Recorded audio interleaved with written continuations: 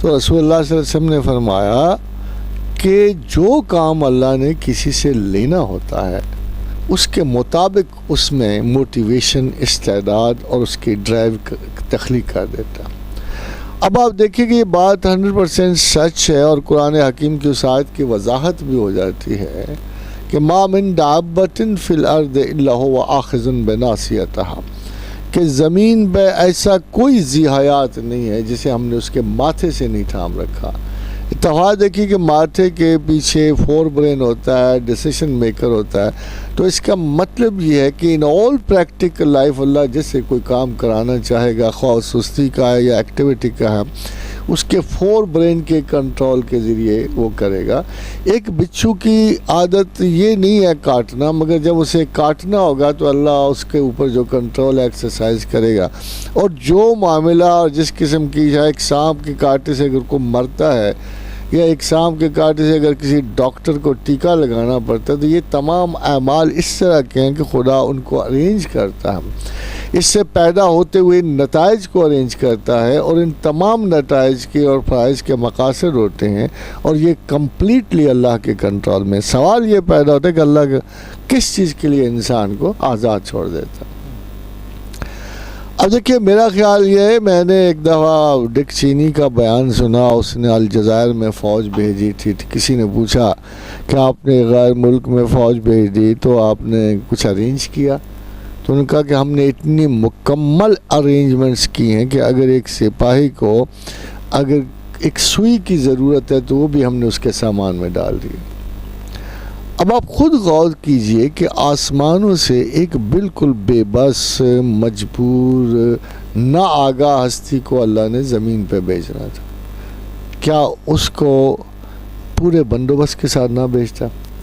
کیا زمین میں اس کے اسباب نہ پیدا کرتا؟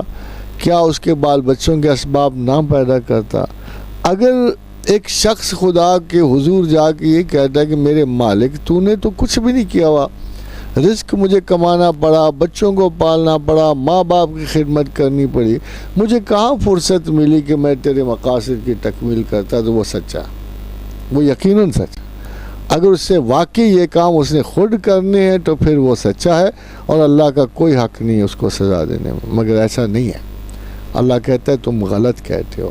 تمہارے اول و آخر سانس تک، تمہارے تمام تخلیق کے کاموں تک، تمہارے تمام معمولات جو ہیں زندگی کے اسباب کے، وہ میں نے ارینج کیے، کنٹرول کیے۔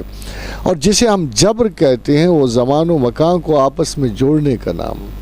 جبر یہ نہیں ہے کہ اس نے کو آپ کے لیے چند جوتے مخصوص کیے ہوئے ہیں یا چند انعام مخصوص کیے ہوئے ہیں۔ جبر یہ ہے کہ ایک لمحہ زمانہ کو ایک مقام میں سمو دیں۔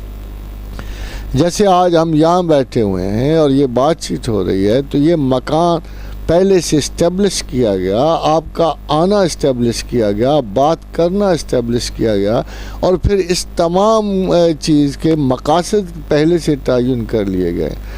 اب یہ دیکھنا پڑے گا کہ آخر اتنی سارے ارینجمنٹس جو اللہ نے اتنی ٹائٹ کنٹرول پروٹوکولز رکھے ہوئے ہیں، اس پروٹوکول میں خدا کا مقصد کیا؟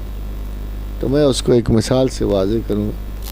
کہ میں ایک صاحب کو ایک لیٹر دیتا ہوں اور اس کو پیسے دیتا ہوں کہ لاہور لے جا، اور دیکھو یہ تھوڑا سا زائد ہے، یہ ہوٹل کا کرایہ ہے، یہ کھانے کے پیسے ہیں، اگر تو تفریح کرنا چاہے تو یہ بھی ہیں ساتھ، اور اگر تو فرض کرو کہ تو بالکل سونا چاہے تو آرام دہ بیٹھ کے اتنے پیسے یہ بھی تیرے پاس ہیں، کسی سے ملنا چاہے تو سواری کے کرائے بھی لے لے، اور ہاں ایک کام تو نے کرنا ہے کہ یہ تجھے لیٹر جو فلاں شخص کو ڈیلیور کرنا۔ اب وہ 3 دن کے بعد وہ صاحب واپس تشریف لاتے ہیں، کہتے ہیں سرکار میں نے تو بہت انجوائے کیا،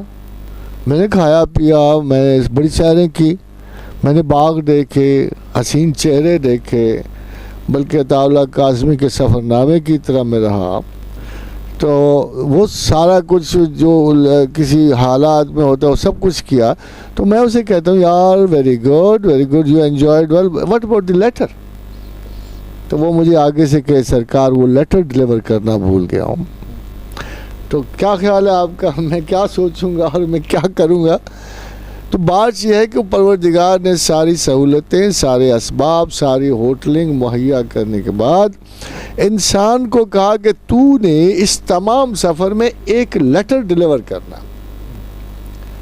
کہ وہ لیٹر یہ ہے کہ جو حل عطا کی آخری آیت میں ہے کہ حل عطا علی الانسان حین من الدہر لم یکن شیئا مذکورا، بلا شبہ انسان زمانے میں بہت برس رہا، پھر یہ سنگل سیل تھا، پھر ہم نے اسے ڈبل کر دیا، انا خلقنا الانسان من نطفۃ امشاج، پھر ہم نے اسے ڈبل سیل کریٹ کر دیا، فجعلناہ لنبتلیہ، پھر ہم نے چاہا اس مخلوق کو آگے بڑھا کے اور ٹیسٹ کریں، فجعلناہ سمیعا بصیرا، پھر ہم نے سماعت دی، بصارت دی، جس میں انسان کو مکمل کیا، سورسز پورے کیے، اس کے بعد ہم نے اس پہ ایک فرض عائد کیا، انا ہدینا السبیل اما شاکر و اما کفورا، کہ یہ تجھے عقل و شعور اس لیے بخشا ہے کہ چاہو تو ہمیں مانو، چاہو تو ہمارا انکار کر دو۔ آپ دیکھتے ہیں لبرٹی کہاں ہے؟ آپ دیکھتے ہیں کہ یہاں جبر نہیں ہے، یہاں خود خدا کہہ رہا ہے چاہو تو مانو، چاہو تو انکار کر دو۔ اب جو بات وہ خود کہہ گیا ہے وہ جبر میں نہیں آ سکتی،